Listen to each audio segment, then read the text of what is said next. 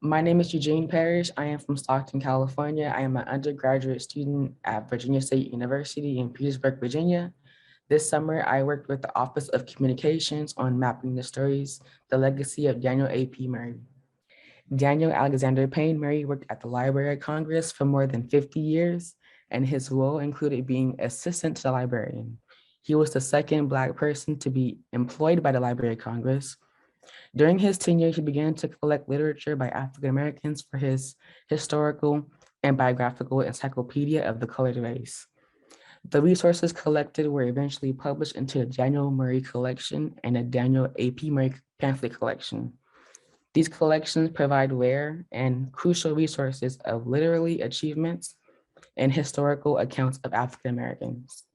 From 1863 to 1877, immediately following the Civil War, the Reconstruction era was a period where legislation was enacted to abolish slavery, grant African American citizenship and equal protection, and lastly gave African Americans the right to vote.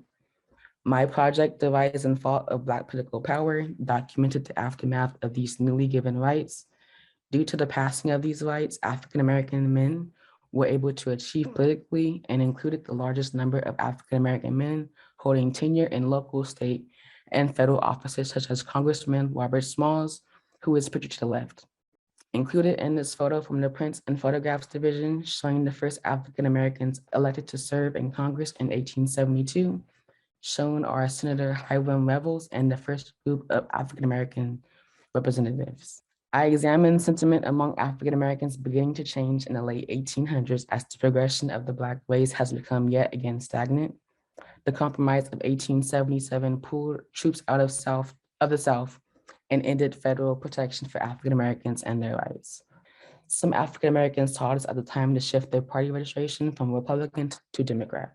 Black Republicans in office, such as Congressman John Lynch, frantically sought us at the time to convey to their communities why voting Republican would continue to be beneficial. Lastly, I view Democrats beginning to gain political power, Northern Democrats giving lightweight efforts to open opportunities for Blacks, while Southern Democrats enacted discriminatory and exclusionary laws, also known systematically as Jim Crow laws, to prevent Blacks from participating politically and overall progressing as a race after Reconstruction. What I found surprising was the history of Black political power and how, as a race, switched from Republican to Democrat due mostly in the cause of loyalty over who supports and defends the progression of the Black race. I'm looking forward to researching how Black political power has shifted while they began supporting the Democrats. My project will focus on a resource guide to aid anyone who is curious about the rise and fall of Black political power during the Reconstruction era.